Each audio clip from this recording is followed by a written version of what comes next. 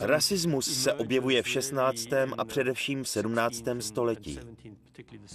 Evropané si tou dobou zotročují, stejně jako to koneckonců dělali předtím už několik set let, lidi jak z Afriky, tak i z Nového světa. Dějiny rasismu v západním světě jsou silně spojené s otrokářstvím, které tehdy představovalo první formu kolonialismu. Právě v souvislosti s ním vzniká poprvé vůbec první pojetí rasy jako takové, což v praxi znamená, že některým lidem, kteří byli odjinud než z Evropy, vládnou Evropané. Lidem v Americe v 17. a 18. století byl rasově zabarvený pohled na svět zcela vlastní. Rasismus přitom bylo něco, co vzešlo ze vzájemné interakce a z nutnosti. Nebylo to tak, že by si lidé rasismus vymysleli někde v laboratoři nebo v rámci nějaké studie a pak se ho rozhodli prosazovat v reálném světě.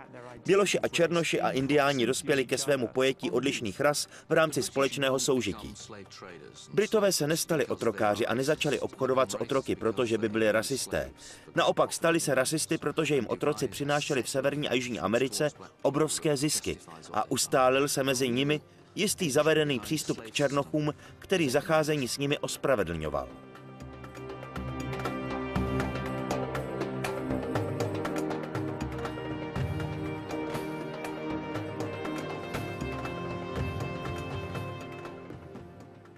Afričané se stávají předmětem obchodu, věcmi, které se dají kupovat a prodávat nebo někomu přenechat. Dají se dědit, jsou zkrátka jako jakékoliv jiné zboží. Toto pojetí se podařilo zavést na otrokářských lodích, kterých vyplouvaly z britských přístavů tisíce a také na plantážích. A jakmile se na této myšlence podařilo postavit budování britského bohatství, těžko se dá tvrdit, že Britové nemají ve svých kulturních hodnotách hluboko zakořeněnou myšlenku černošské méněcennosti.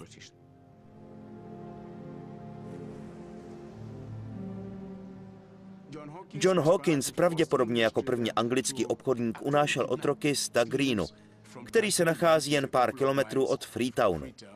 Sierra Leone tak získával otroky násilím.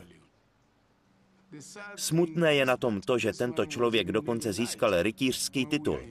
My jsme si o seržantu Hawkinsovi ve škole četli, že to byl úžasný člověk, že byl spravedlivý a že se zasloužil o budování britského impéria.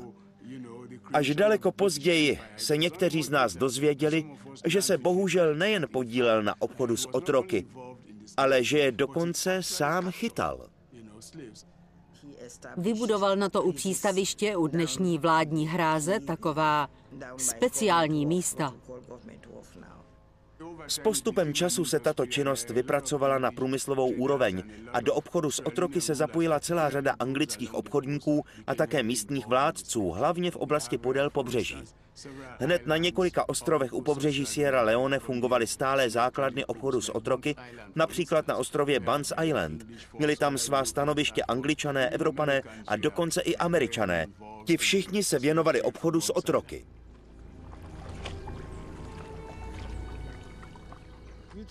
Když jsem připlul nakupovat nějaký obchodník, tady je počítal. A ty, které si vybral, odvedl tady do té místnosti, kde hořel oheň. A tady jim pak vypálil do ramene značku. A pak je samozřejmě svázal, dal jim okovy a hodil je do podpalubí. Od chvíle, kdy tito otroci padli do zajetí až do okamžiku, kdy dopluli do takzvaného Nového světa, to pro ně byl strašlivý zážitek. S těmi, kteří tu cestu přežili, se potom obchodovalo. A když si je pak někdo koupil, museli vytrpět velice nedůstojné zacházení. Žena stála tolik jako dva muži. Odpoledne pracovala na plantáži a v noci byla s tím člověkem a měla s ním děti. Proto se za ženu platilo dvakrát tolik. Když ta loď připlula, všechny si odvezla a víckrát je už nikdo nikdy neviděl. V průběhu 400 let takto otrokáři převezli přes Atlantský oceán přinejmenším 11 milionů Afričanů. O život jich na této strašlivé cestě přišly přinejmenším 2 miliony. Na otroky se tehdy svět díval jako na lidi, kteří nikam nepatří. Na lidi, kteří se jako vyděděnci společnosti už narodili, kteří nemají už od narození žádná práva. Byli vytrženi z jedné společnosti, ale do té nové se je nikdo začlenit nesnažil. Takže byli v podstatě sociálně mrtví. Všichni se na ně dívali, jako by jim chyběla čest a tím pádem byli horší než ostatní. Jejich pán měl nad nimi naprosto absolutní moc. Bez ohledu na to, co říkali zákony, rozhodovali jejich pánové o jejich životě a smrti. Vznikla situace, ve které jsou 10 000, ba dokonce 100 000 lidí tmavé pleti odpírána jejich práva a tyto lidi nutí pracovat dozorci ve dne v noci bičem nebo šavlemi. Běloši se samozřejmě bojí toho, že se otroci vzbouří, že se pokusí utéct a že pak své pány i jejich ženy pozabíjejí. Černoši tehdy skutečně považovali jakéhokoliv bělocha za svého nepřítele. Takže mezi těmito dvěma skupinami vzniká vzájemný strach, který pocity rasové nesnášenlivosti ještě utvrzuje. Jediným způsobem, jak tyto skupiny otroků alespoň minimálně zajistit, bylo to, že všichni běloši a dokonce i některé běložky u sebe nosili neustále zbraň. Takže ti plantážníci seděli někde ve svém sídle na plantáži a přemýšleli, co asi domorodci chystají. Tento dojem se dochoval i v historických filmech. V pozadí zní bubny domorodců. Byla tehdy zakořeněná představa, že se nás ti lidé chystají společně napadnout, že se chystá nějaký útok. Existuje celá řada různých barevných nebezpečí, ať už ho představují lidé rudé, žluté nebo černé pleti. Jedná se v podstatě o kohokoliv jiné než bílé pleti. A tito lidé pro bělochy představují nebezpečí. Běloši se bojí, že na ně možná zaútočí. Vychází to možná z jejich špatného svědomí, z toho, že možná v podvědomí cítíme, co všechno jsme těmto lidem provedli. Na počátku 16. století byli jak v Chile na jihu, tak na Floridě na severu amerického kontinentu tito příslušníci jiných než běložských ras považováni prakticky za škůdce, které je třeba vymítit. Španělské dobývání Ameriky je plné rabování, vraždění a znásilňování. Z Karibiku takto původní místní kmeny obyvatel téměř vymizely. V Jižní Americe konkvistadoři jako Francisco Pizarro, který stál v čele ničivého nájezdu na civilizaci Inků v Peru, nutili domorodce těžce pracovat. V dolech na zlato a stříbro jich několik tisíc udřel k smrti. Jak prohlásil Hernando Cortés, který vedl invazi do říše Aztéků: my Španělé máme v srdci slabost, kterou dokáže vyléčit pouze zlato. Dominikánský mnich Bartolomeo de las Casas se stal svědkem obrovského množství případů brutálního zacházení s příslušníky domorodých kmenů. Jeho líčení postihuje doslova genocidu. Na území dnes známém jako Florida Španělé zavraždili spoustu lidí, jak už je jejich zvykem, aby do jejich srdcí zaseli hrůzu. Proměnili jim život v peklo, zacházeli s nimi jako s dobytkem. V jiném městě zase tito řezníci povraždili všechny. Mladé i staré, náčelníky i prosté lidi, neušetřili ani děti. Vrchní řezník nařídil uřezat spoustě domorodců nos, rty i bradu. Potom je v obrovských bolestech celé od krve poslal pryč, aby zvěstovali velké činy a svaté divy, které tito nebojácní misionáři katolické víry konají. To, čeho byl Las Casas svědkem na Hispaniole nebo na Kubě, všechny ty zločiny a neuvěřitelné útoky na indiány, kdy jim běloši párali břicha, upalovali, znásilňovali a kdo ví, co ještě, to všechno bylo v 17. a 18. století k vidění na nejrůznějších místech španělského impéria. Největší hrůzy ovšem Las Casas viděl, když Španělé připluli do Ameriky a tam se snažili indiány doslova udřít prací k smrti. Zprávy tohoto mnicha vyvolaly u španělských správců Nového světa silné znepokojení a rozpoutaly v roce 1550 ve španělském Valladolidu oficiální diskuzi. Tato diskuze se zabývala nejen špatným zacházením s indiány, nýbrž i tím, zda je správné považovat je vůbec za lidské bytosti. Proti tvrzení dominikánského mnicha, který se domorodých obyvatel zastával, stál jezuita Juan Inés de Supavador. Španělé jsou tou dobou v Americe už zhruba 50 let. A mezi tím stačila brutalita konkistadorů dosáhnout takového rozsahu, že oficiální místa zpozorněla a tato otázka se začala projednávat. Byl tu jednak názor, že indiáni mají duši, že by je bylo možné přivést na křesťanskou víru a že by se k nim Španělé neměli chovat jako ke sloužícím a neměli by je nutit pracovat, ale jako k občanům španělského protektorátu. Proti tomu stála teorie, že se možná o lidi s duší vůbec nejedná, že jsou to možná otroci od přírody a tím pádem, že se dají využívat k nucené práci. Las Casas chtěl přimět španělského panovníka k tomu, aby změnil svůj přístup k indiánům. A paradoxně se mu podařilo otrocké zacházení s indiány zakázat. Španělská vláda skutečně v roce 1542 změnila zákony tak, aby už indiáni nemohli žít v otroctví. Přitom ale Las Casas přichází s myšlenkou, že nedostatek pracovních sil by bylo možné kompenzovat černošskými otroky z Afriky.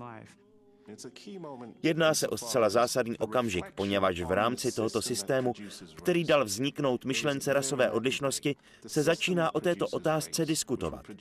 Tento koloniální systém vytváří a 200-300 let ještě bude vytvářet odlišné rasy. Označuje různé skupiny národů, které proti jejich vůli označuje jako indiány. S tímto vývojem rasismu jdou ruku v ruce dvě věci. Jednak vznikají instituce, které udržují vykořisťované skupiny lidí v této situaci a přitom se odvíjí společenská diskuse na téma, o jaké lidi se to vlastně jedná. Tato diskuse začíná mezi právníky, ale dále se do ní zapojují antropologové a biologové. Ti všichni v rámci kolonialismu tyto lidi neustále probírají a hlouběji zkoumají.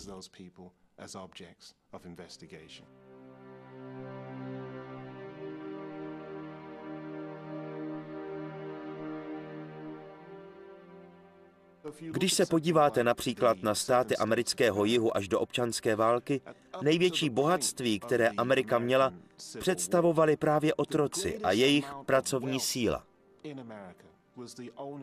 Ta byla přímo obrovská. A právě tím, že lidé dokázali využít zdroje v jiné části světa a využít jejich práci v rámci svého průmyslu, dochází ke vzniku této obrovské základní nerovnoprávnosti. Britům přinesl otrokářský systém přímo obrovské bohatství. Města jako Liverpool a Bristol se díky otrokářství polepšila ohledně hmotných statků a společenské úrovně přímo neuvěřitelným způsobem. Londýnská pojišťovna Lloyds, anglická národní banka, banky jako Barings nebo Barclays, všude stála honosná panská sídla, která měla své kořeny v systému otrokářství. Tento systém však potřeboval nějaké opodstatnění. Obsahuje samozřejmě jistý rasistický podtext, ale jeho skutečnou racionální podstatou byl zisk. Toto určité praní zisků z práce otroků, místo toho, aby je majitelé pouze přesunuli v rámci svého podniku někam jinam, podle mého názoru představuje klíčový aspekt moderního vývoje Británie. Bristol a v něm konkrétně Clifton a další jeho části se rozrostly jednoznačně právě díky ziskům z obchodu s otroky na přelomu 18. a 19. století. V Evropě před tímto obdobím atlantského obchodu s otroky nebylo otrokářství nijak pevně vázáno na barvu kůže.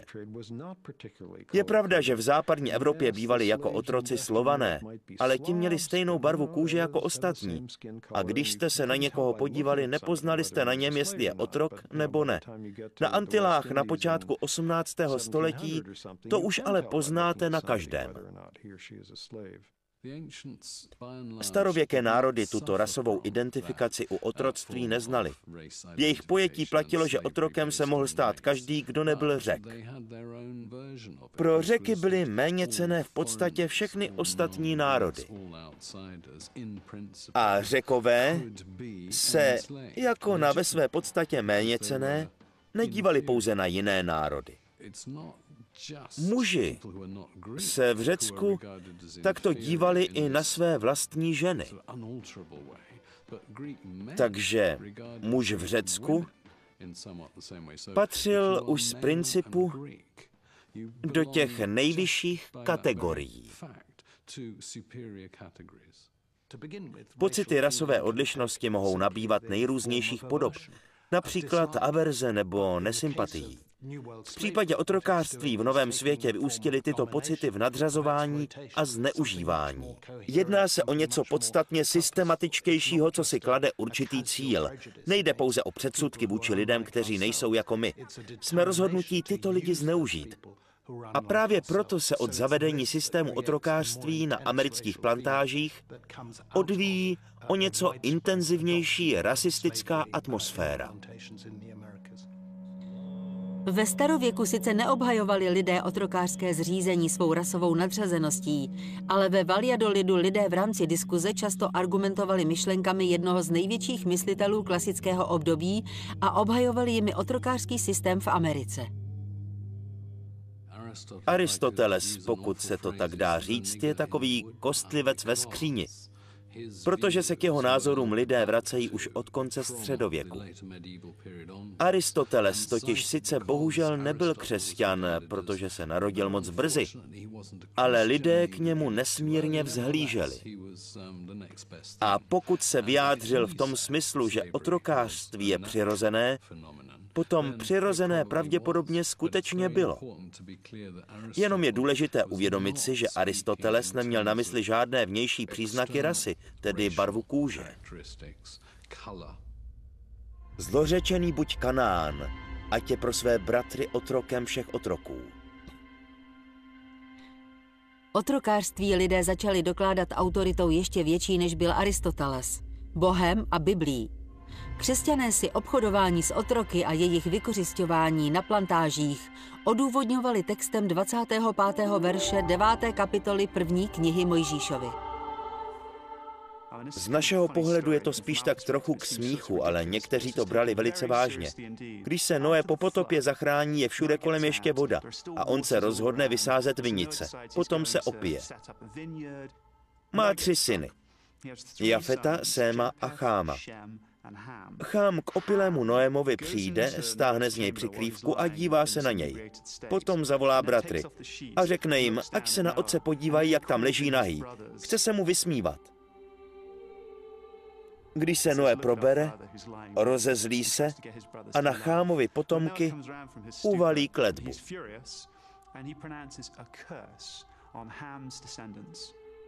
Zlořečený buď Kanán, ať je pro své bratry otrokem všech otroků.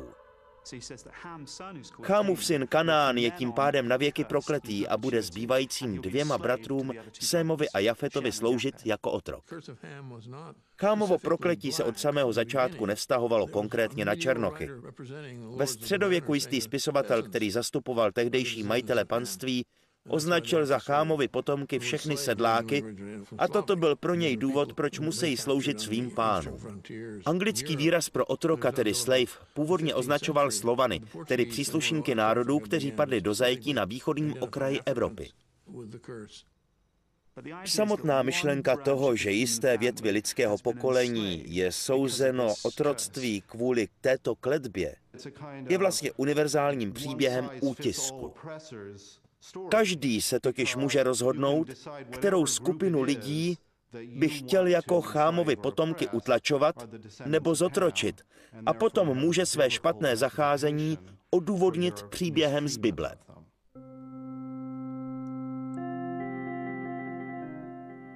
V rámci křesťanství se v různé době děly různé věci. Existovaly určité tendence omlouvat otrokářství tím, že se tím obracejí lidé v Africe na křesťanskou víru a podobně. Křesťanství je jen jedním aspektem celé řady různých myšlenkových systémů, které stály u vzniku koloniálního pohledu na neevropské národy. Vedle křesťanství tu byl liberalismus, raný humanitarismus i kapitalismus.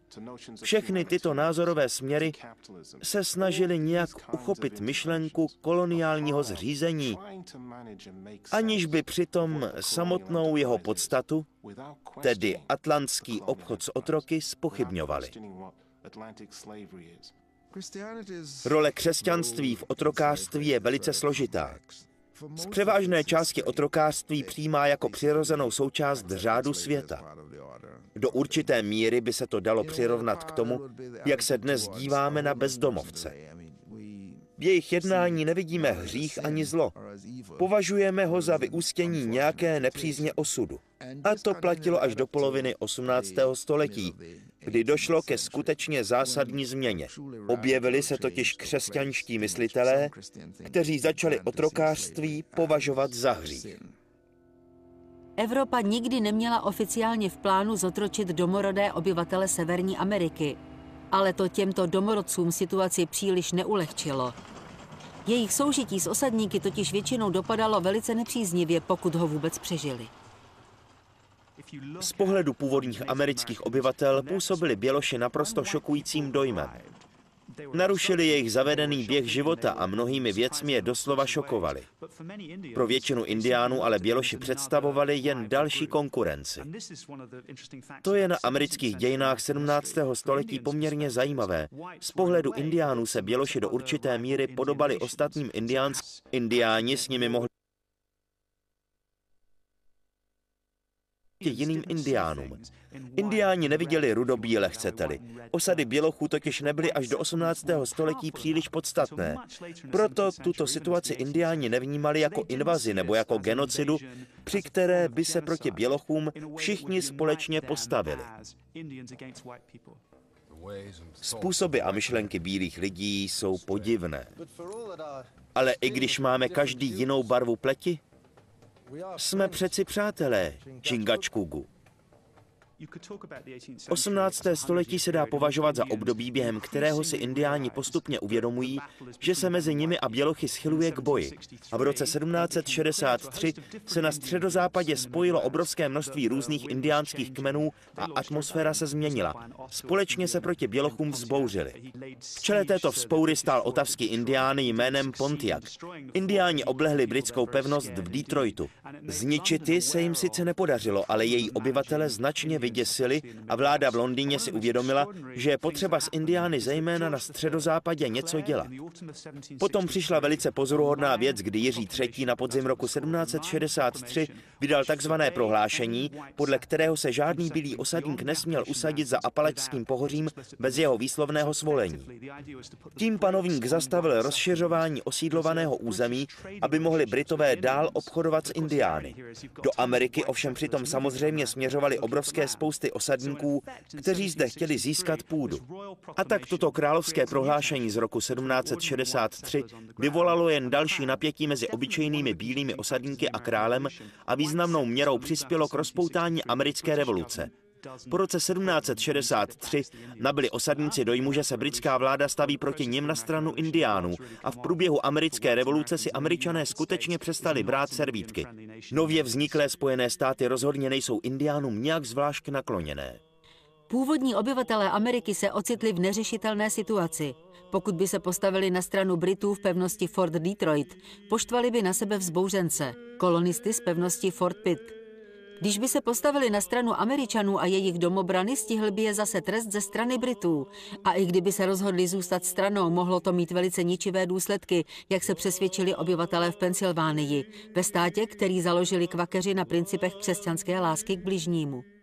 Zůstat stranou se rozhodla mimo jiné skupina moravských křesťanských indiánů, kteří zde žili ve 3 malých komunitách.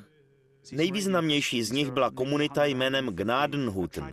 Zhruba 100 nebo 150 lidí se tu rozhodlo do války se nevměšovat.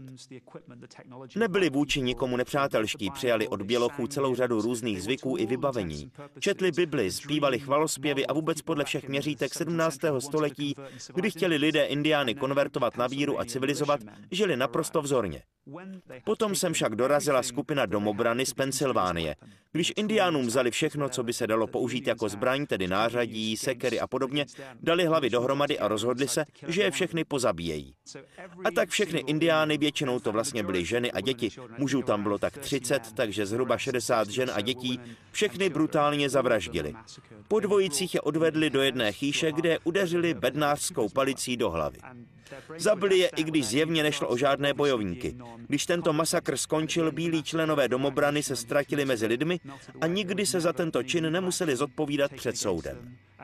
Argumentovali přitom tím, že měli různé popsané nástroje nebo knihy, které možná ukradli bělochům. V tom spočívá nesmírně tragická ironie celé situace, že právě věci, které vypovídaly o tom, že byli tito křesťanští indiáni civilizovaní, ti lidé nakonec použili proti nim. Protože ti běloši nevěřili, že by ty věci indiánům mohly skutečně patřit. Podle mého názoru se ale tady v Pensylvánii jedná o velice působivý příběh, protože to, co začínalo jako takový ušlechtilý pokus o soužití v míru, přerostlo v brutální rasovou válku. Dostáváme se tím k problému, který osadníci bílé pleti měli, a tím je samotná otázka, co vlastně Američany a Ameriku jako jejich domov definuje. Když se v prosinci roku 1773 odehrálo takzvané bostonské pití čaje, na protest proti daním, které na čaj uvalil Londýn, vtrhli patrioti na lodě britské východoindické společnosti a naházeli bedny s čajem do přístavu. Byli přitom převlečeni za indiány. To mě na tom zaujalo ze všeho nejvíc, že se převlékli za indiány, aby bylo vidět, že jsou Američané. Jako kdyby nabili osadníci dojmu, že teď, když už nad indiány vojenskou silou zvítězili, se jim indiáni výborně hodili jako symbol americké příslušnosti, jako typičtí Američané. Určitě není náhoda, že některé modely automobilů dostaly jméno třeba Cherokee nebo Pontiac. Když se podíváte na přední indiánské náčelníky těch nejdůležitějších kmenů, pravděpodobně zjistíte, že jsou po každém pojmenované různé modely aut nebo zbraní. Spousta lidí si všimla, že indián se objevil na 5 centu, ale Afričan na žádné minci není. Indián se stal jakýmsi symbolem Ameriky.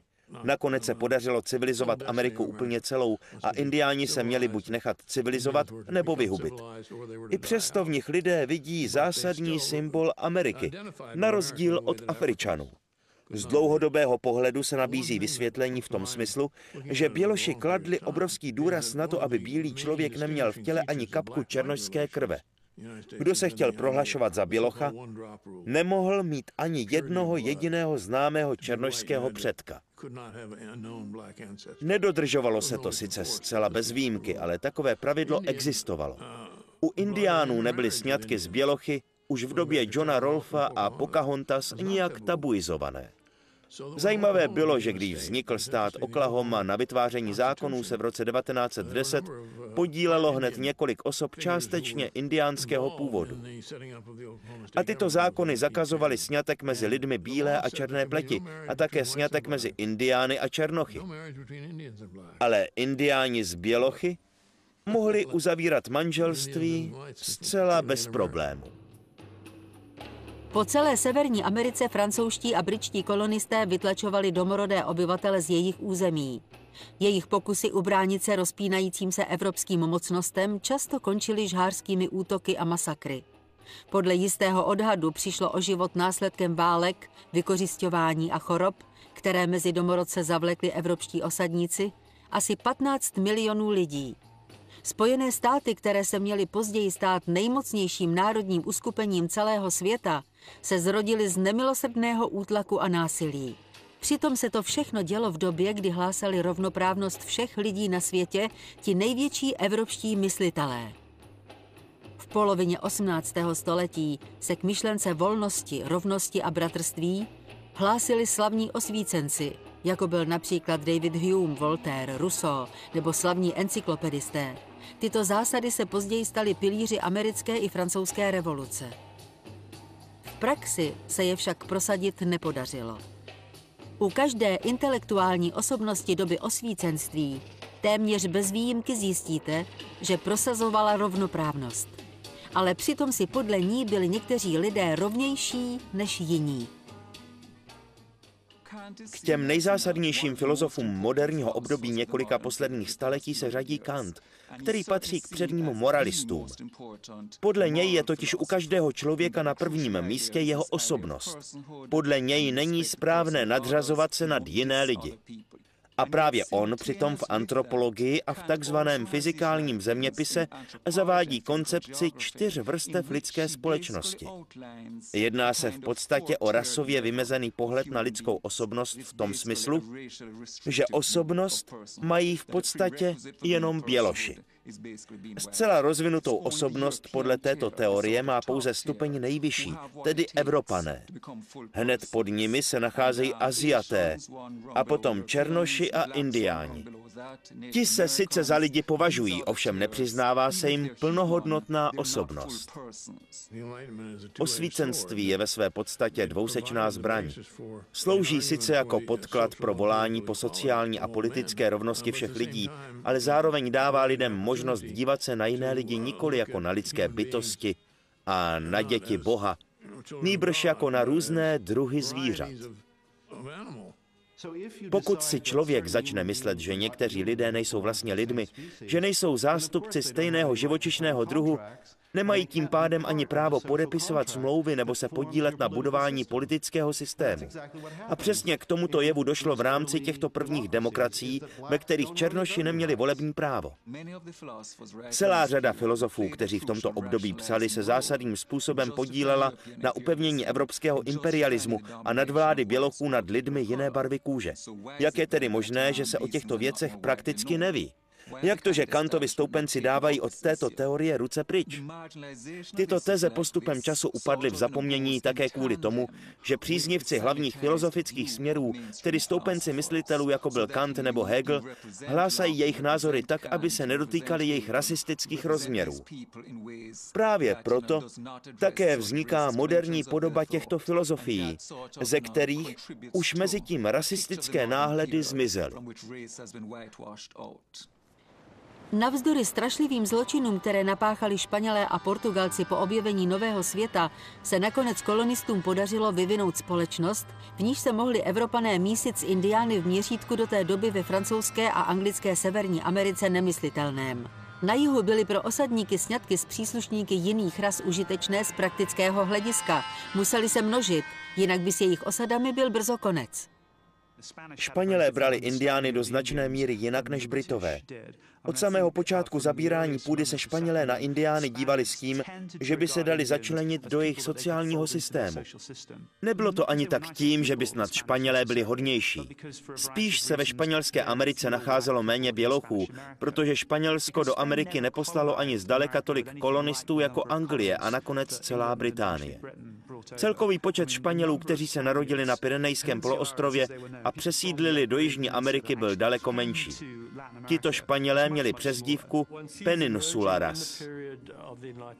V dobách osvícenství, tedy v druhé polovině 18. století, kdy se v této části světa začíná ujímat i abolicionismus, jsme zde svědky podstatně živější rasové interakce než jinde na světě. Jedná se o jiné tradice, které pramení z kolonizace Jižní Ameriky, napřed Portugalci a potom Španěli. Proto jsou zde lidé svolnější k interakci mezi jednotlivými rasami. A proto také vznikají oficiálně vymezené a uznávané smíšené rasy. V době od roku 1760 do roku 1790, hlavně v Mexico City, ale také v Peru a v dalších oblastech, vznikají obrazy označované jako kasta, které různé smíšené rasy zachycují a klasifikují. Klasifikace obecně koneckonců vychází právě z racionality osvícenského myšlení. Tyto obrazy ilustrují, jací potomci vzejdou z kterých rasových kombinací. Někde jsou to Španělé a Indiáni, jinde zase Španělé a Černoši. Jinými slovy Evropané s jinými rasovými formami, tedy s Indiány a s Afričany. A potom tu jsou míšenci míšenců. Takže výsledkem jsou potom různé, dalo by se říct, gradace, či možná spíš degradace rasového míšení, tedy mesticové a podobně. Nevedla tu žádná pomyslná čára mezi dvěma rasami. Byla tu přinejmenším jedna rasa smíšená, tedy mulati, čili lidé hnědé pleti. A právě fakt, že v těchto koloniích a v Brazílii existovali mulati a ve španělských koloniích s bohatým počtem indiánských obyvatel zase mestici, je pro Spojené státy, kde do té doby byli všichni jenom bílí nebo černí, velice zásadní. Jižní Amerika je velice složitá a úchvatná. Je jiná, ale to ještě neznamená, že v ní byla situace o něco lepší. Tento systém by vás mohl snadno oklamat, protože tam zcela běžně vidíte, jak v té nejchudší vrstvě spolu žijí společně černoši a běloši, kdežto ve Spojených státech tomu tak není. Spojené státy totiž na základě svých rasově čistých pravidel vybudovali mezi bělochy určitý pocit solidarity, která je odděluje od černochů. Solidarita dělnické třídy v Americe nikdy nefungovala právě kvůli tomuto cítění. Různé dělnické třídy od sebe jednotlivé rasy neustále spolehlivě oddělují. Čím hlouběji se do tohoto systému ponoříte, tím ekonomicky slabší a vyhraněnější běloši jsou. Tím spíš se vyznačují rasistickými názory, protože jedině tak mají pocit jakéhosi postavení. Říká si aspoň, že nejsem černej. Nezaopatření černoši a běloši jsou nesmiřitelnými nepřáteli a tato hranice mezi nimi funguje naprosto spolehlivě. Latinskoamerická společnost je v nejvyšších sférách daleko rasističtější než ve Spojených státech. V Americe je politická elita velice integrovaná. Ministryně zahraničních věcí je černoška a černošská část kongresu má obrovskou moc. To je hlavně tím, že američtí černoši pravidlo rasové čistoty převrátili ve svůj prospěch a vybojovali si na jeho základě solidaritu. V Brazílii si střeží svou rasovou demokracii jako oko v hlavě. V praxi to znamená, že běloši spí s černoškami, aniž by se kvůli tomu cítili jakkoliv provinile. Vznikají tak například děvčata smíšených ras, z nich jsou pak úžasné královny krásy, ale přitom v celém systému panuje až neuvěřitelná nerovnoprávnost. Brazílie se vyznačuje největší společenskou nerovnováhou v celém západním světě. Černoši jsou úplně na dně společenského žebříčku. Je to přímo zhoubný systém. Pokud se dá hovořit o rasismu v rámci současných demokratických systémů, asi nikoho nepřekvapí, že před více než 200 lety se nevydařil jeden raný pokus o demokracii v Sierra Leone. Freetown se stal sídlem tzv. Černých lojalistů, tedy bývalých otroků, kteří získali svobodu díky tomu, že bojovali na straně Britů v americké válce o nezávislost. Jak se však ukázalo, žádnou velkou svobodu si kvůli diktátu jejich bývalých britských pánů nevybojovali. Na celé té situaci ze Sierra Leone je zajímavé, jakou náhodou k ní vlastně došlo. Z těch lidí se v podstatě stali uprchlíci. Britské občanství získali díky tomu, že v době americké revoluce přešli na stranu Britů. V roce 1775 vyhlásil britský guvernér Virginie, že černošští otroci, kteří přeběhnou od Američanů na jeho stranu a budou bojovat za Británii, získají svobodu. Britové ovšem za americké revoluce příliš vážně rasovou rovnoprávnost ani emancipaci nebrali. Byl to takový strategický tah.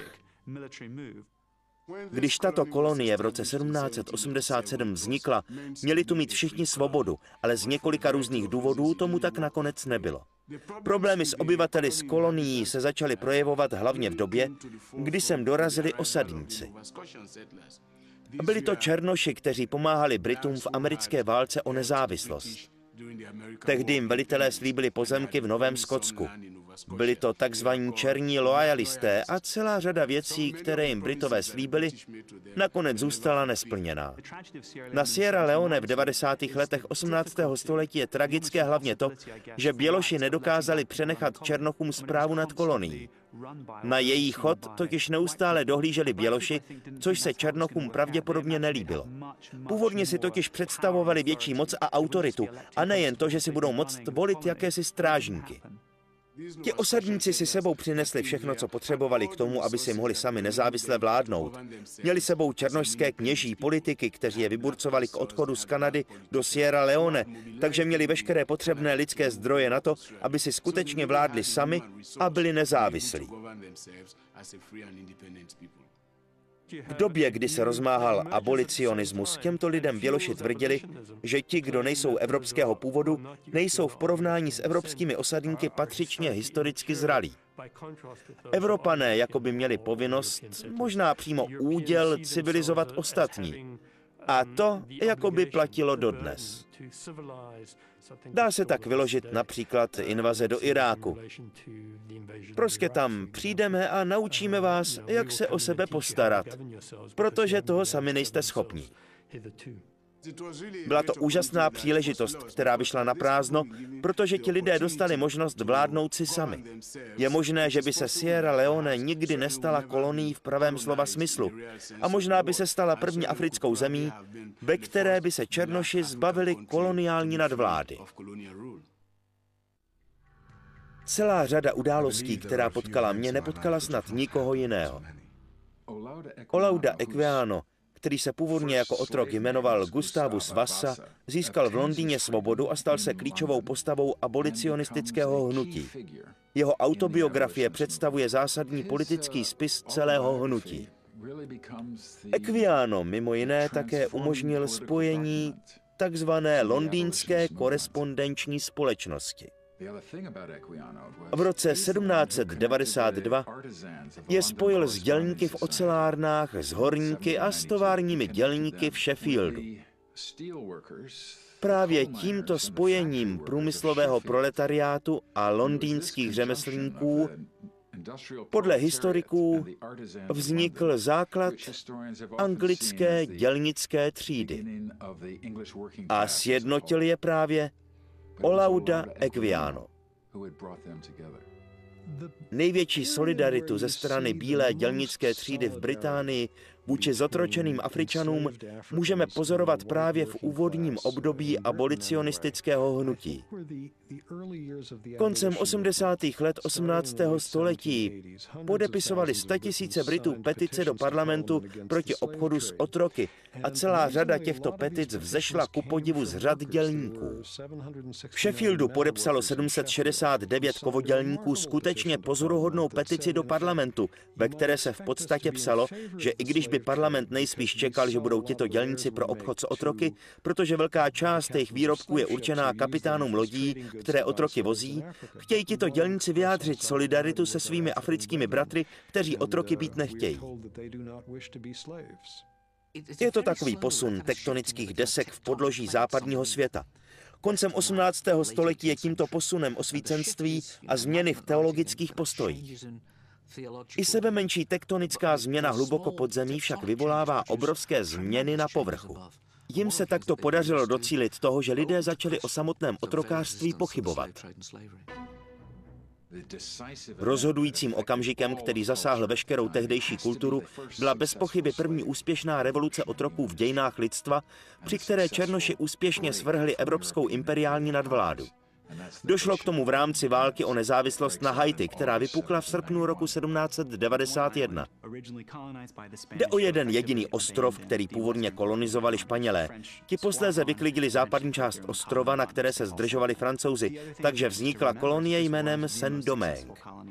Je dobré také připomenout, že se jednalo o tu nejúspěšnější kolonii v Severní i Jižní Americe.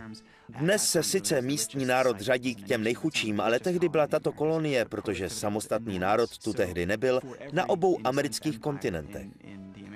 Byla tu přímo závratná produktivita, takže každé impérium, které v Americe působilo, si na tuto kolonii brousilo zuby.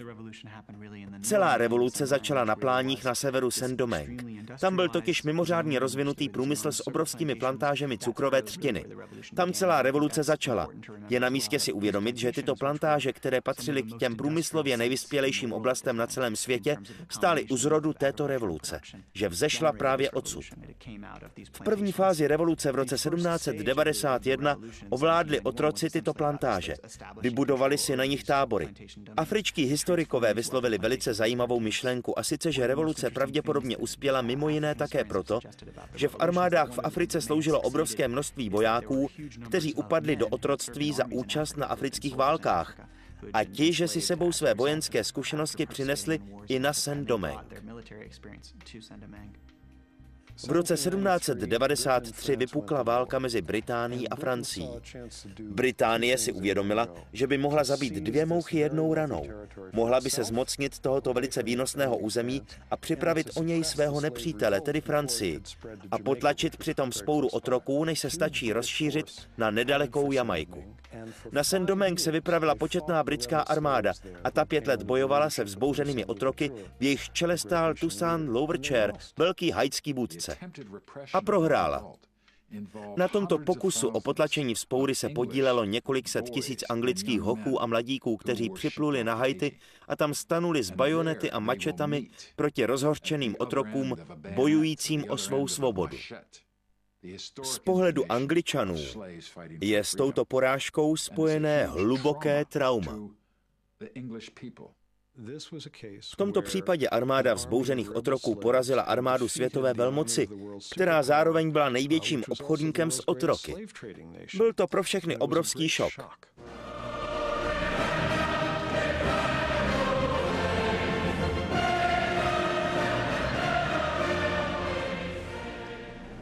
To stejné se ovšem dá říct i o Francouzích, kteří později odtáhli poražení z boje s prakticky těmi stejnými vojáky, když se pokusili otrokářství znovu zavést.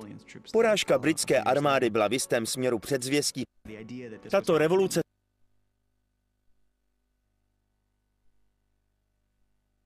samotná představa toho, že by se něco takového mohlo stát, že by se otroci mohli ujmout role generálů a postavit se do čela revoluce a tyto armády porazit, tato myšlenka vůbec nezapadala do tehdejších představ a smýšlení lidí. Spousta lidí si samozřejmě něco takového představit dokázala a podle toho i jednala. Jedná se skutečně o jeden z nejzásadnějších okamžiků našich dějin, a to nejen obou amerických kontinentů, ale i veškerých demokratických teorií, filozofie a pojetí lidských práv. Nejen, že člověk musí přehodnotit rasistické teorie, musí také přehodnotit i velkou část širšího historického kontextu západního světa. Na haitské revoluci je zajímavé to, že se jedná o jedinou revoluci, při níž vznikla ústava, která staví otrokářství mimo zákon a stejně tak zakazuje i diskriminaci na rasovém základě. To je historicky zcela zásadní věc. Nejedná se o žádný zákon ve Spojených státech ani o nepsanou ústavu britského impéria. Jde o historickou událost, o kterou se zasloužili v rámci boje proti rasismu samotní zotročení lidé. Není to žádné v uvozovkách humanitární úsilí abolicionistického hnutí, které by stejně nemělo šanci na úspěch, pokud by samotní otroci nerozvraceli otrokářství zevnitř.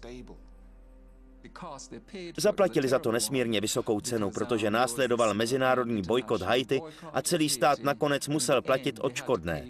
Nejednalo se tedy o odškodné otrokům. Sami otroci museli platit Francouzům za znárodněný majetek. Dnes se Haiti řadí k těm nejchudším zemím na západní polokouli, mimo jiné také kvůli tomuto zásadnímu historickému postihu. Takže v podstatě jediná úspěšná revoluce otroků v dějinách lidstva dopadla tak, že se Běloši postarali, aby se tato nákaza nedostala do Spojených států nebo do Latinské Ameriky. Spojené státy tuto zemi uzavřely do izolace, do jakési karantény, ve které na své činy pořádně doplatila. Na britských ostrovech bylo otrokářství zrušeno až v roce 1833 a přes Atlantik na Kubu a do Brazílie se převezl ještě tehdy nezákonně více než 1 milion Afričanů. V Americe otrokářství skončilo teprve s občanskou válkou a na Kubě a v Brazílii až v roce 1888. V takovýchto situacích platí jedna smutná pravda, že ani zásadní změna na papíře nemá vliv na situaci v reálném světě. Britští otroci totiž konečně získali 1. srpna roku 1838 oficiálně svobodu, ale pro drtivou většinu z nich se nenašla žádná práce. Mohli jen dál sekat cukrovou třtinu. Navíc najednou museli za nuzné chatrče, ve kterých bydleli, platit plantážníkům nájem a odvádět daně státu. Běloši se snažili i dalšími způsoby zabránit bývalým otrokům v tom, aby získali půdu, aby mohli žít ve městě nebo aby mohli vykonávat různé profese a tak dále. Existovaly různé navzájem propojené strategie rasistického řádu, které nadále udržovaly i bez otrokářského zřízení bývalé otroky v podřízeném postavení. Spousta abolicionistů si uvědomovala, že je tento systém nespravedlivý a že není správné držet lidi jako otroky a ponižovat je. To však ještě pořád nutně neznamenalo, že tyto lidi považovali za stejně civilizované, jako byli oni sami. Tato paralela není zcela 100%, což je třeba si uvědomit. Lidé se totiž často domnívají, že abolicionismus bylo hnutí proti rasismu. To ovšem není pravda. Británie po otrokářství přešla na ještě hlubší a širší koloniální imperiální zřízení.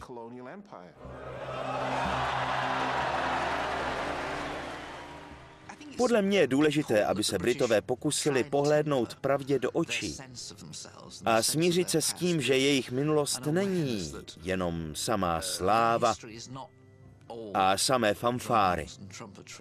O čem se vlastně zpívá v písni Rule Britannia? O tom, že ve 40. letech 18. století Británie vládla na moři. Ovšem zároveň ve 40. letech 18. století Britové převážejí přes Atlantik 40 000 Afričanů za rok. Zotročit se nedá? Británie, že se nedá zotročit? Zrušení otrokářství samozřejmě otevřelo prostor pro nejrůznější možné spory, které tu předtím nebyly. Podle mě se jedná o zcela zásadní změnu a to, že se bývalí otroci domohli různých politických a právních či náboženských institucí a šli dál a dál. To je úžasné. Stejně tak je pozoruhodné i to, jak houževnatě se lidstvo dodnes snaží veškeré dopady a odkazy otrokářství vymazat z historie. 400 let rasismus poskytoval opodstatnění faktu, že byly miliony Afričanů drženy v pozici otroků. A v Severní a Jižní Americe přišlo o život několik milionů dalších lidí. Kvůli rasismu byly prakticky vyhlazené celé populace lidí. Z povrchu zemského mizely celé civilizace. Na světadílech se vystřídali obyvatelé. A rasismus tak ovlivnil osudy celých národů. Stál u zrodu moderního světa.